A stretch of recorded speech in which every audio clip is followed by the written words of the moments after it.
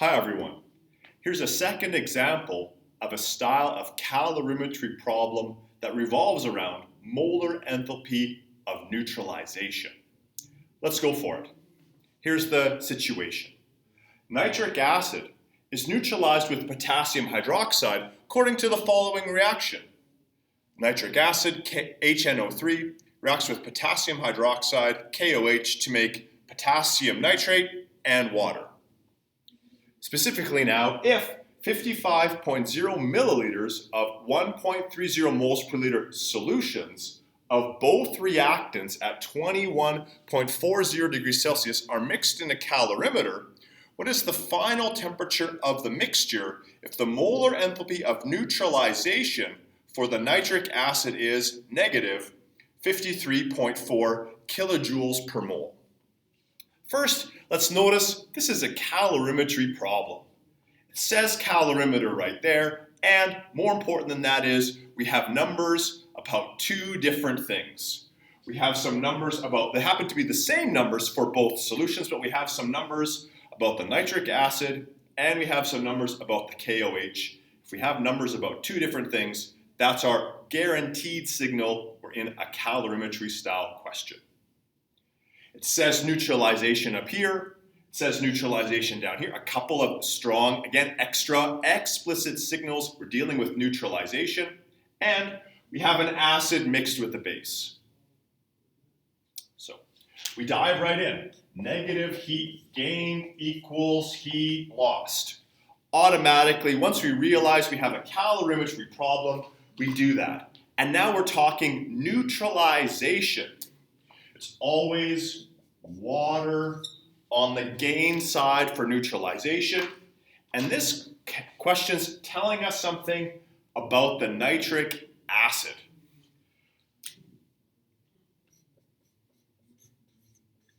The HNO3 over there.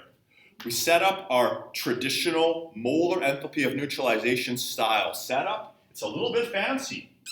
Negative mass of the acid plus the mass of the base, C delta T equals NH, and N is C times V. This question's asking me not just for the temperature change, but the final temperature.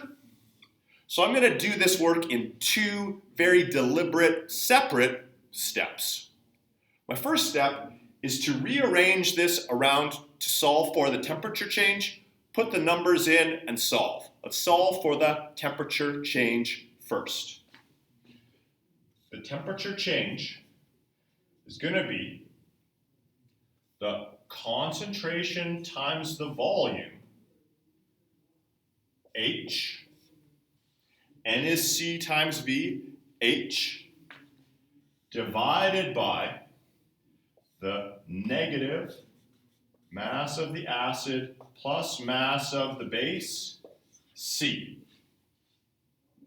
Let's substitute. This N, it's all about the HNO3. We had 55 milliliters of 1.30 moles per liter. So that's going to be 1.30 moles per liter concentration times the volume, 0.055 liters, times the H, negative 53.4 kilojoules per mole.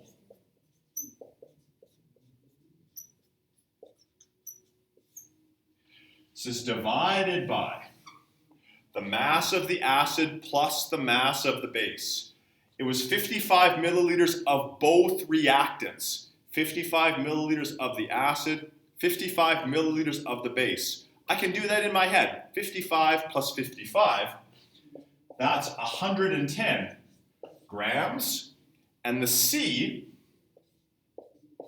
4.19 joules per gram degrees Celsius. I want this to give me the temperature change in degrees Celsius. Let me be really conscious of my units. Here, the liters cancel, the moles cancel.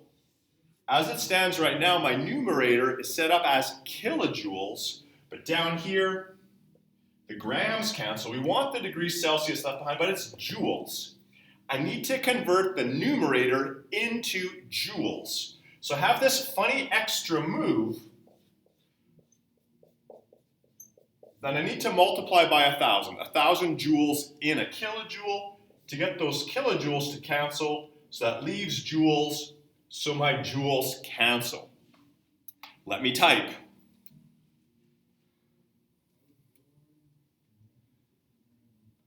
(1.3) times 0.055 times negative 53.4 times 1,000 divided by 110 times 4.19. I got 8.28400, etc. degrees Celsius.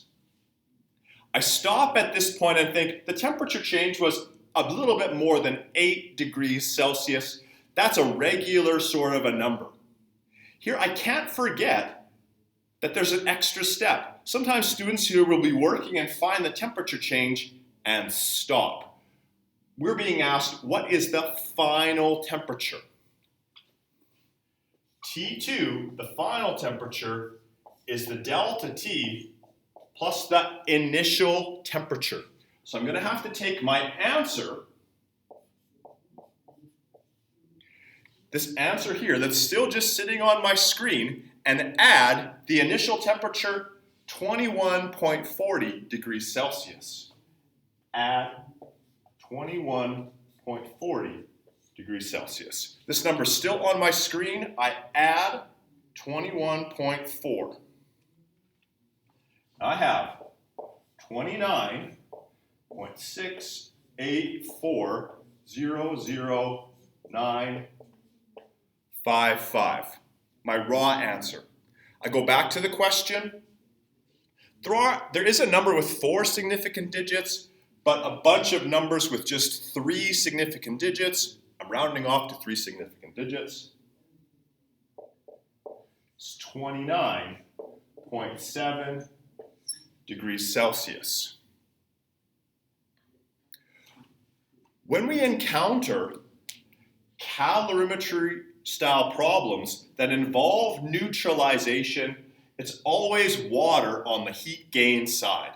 The acid and the base together make up the mass of the water. We're going to have to watch it on the heat loss side. It might be the acid or the base. There's going to be some signal to let us know which chemical to focus on. It might be the wording of the question proper, or it's going to be based on this molar enthalpy provided to us by the question. Most of the time we're going to solve for the molar enthalpy, but we could be asked for anything. The final temperature like this one, the temperature change, the total mass of the water, even the concentration or the volume of the chemical.